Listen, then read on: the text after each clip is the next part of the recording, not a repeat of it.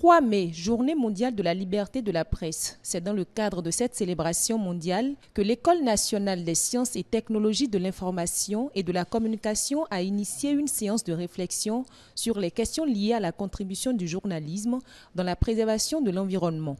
Pour ce fait, les discussions se sont axées sur le thème « Médias au service de la préservation de l'environnement au Bénin ».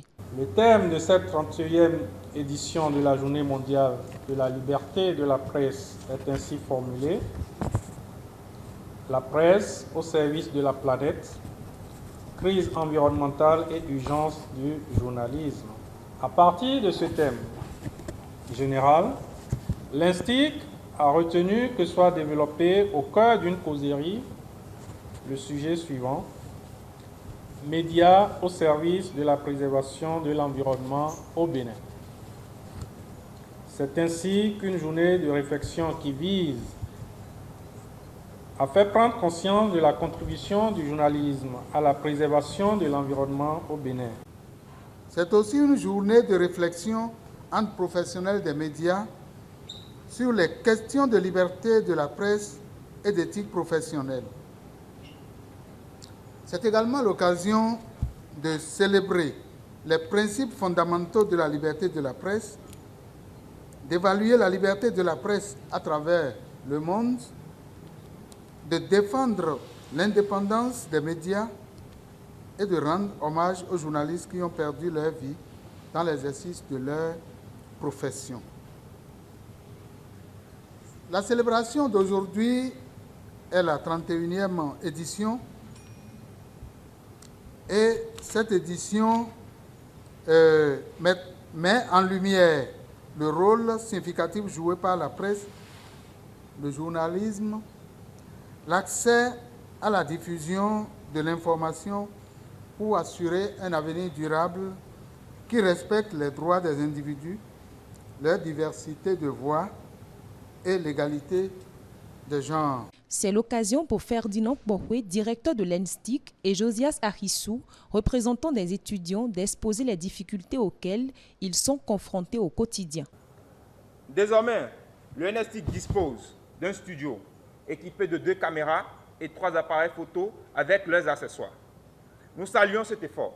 Toutefois, l'École nationale des sciences et techniques de l'information et de la communication reste confrontée à de nombreuses difficultés, notamment le manque d'infrastructures propres à l'école. L'absence d'une salle informatique est également un handicap pour la réalisation des travaux pratiques, car la majorité des étudiants ne disposent pas d'un ordinateur. Nous formulons également le vœu que l'école nationale puisse se doter de moyens de transport pour faciliter le déplacement des étudiants lors des travaux pratiques hors de l'université. L'école a besoin de ces infrastructures propres. Infrastructures propres, c'est-à-dire l'école a besoin d'être construite. Construire l'école, c'est lui donner des infrastructures qui respectent certaines normes.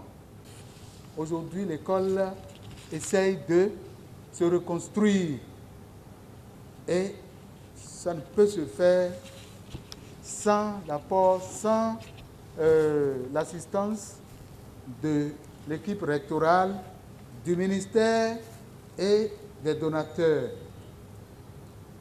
Nous sommes dans cette quête du site de l'école pour que une construction appropriée puisse sortir de terre pour que nos apprenants qui se chinent aujourd'hui, tantôt au bâtiment Téléthon, tantôt il faut courir à Etisalat, ainsi de suite, puissent avoir les infrastructures qu'il faut pour avoir une formation correcte. Une cérémonie de la liberté de la presse, mais également de l'excellence. Alain Junior Dokbo, chef département journaliste de l'INSTIC, accède au rang de maître de conférence. Je m'engage devant vous à travailler sans relâche pour ne pas rester à l'étape de simple initié. Le chapeau que je porte me donnera l'inspiration nécessaire pour les productions scientifiques. Et l'accoutrement, la toge, produira la lumière nécessaire pour éclairer mon chemin, afin que je tienne haut la flamme du savoir. Quant à vous, étudiants et étudiantes, je m'engage à contribuer à votre formation avec loyauté, afin de faire de vous des professionnels confirmés dans vos domaines de spécialisation. Une causerie débat entre les étudiants et un journaliste spécialiste des questions de l'environnement, le chant et le slam sur la thématique retenue ont mis fin à cette célébration.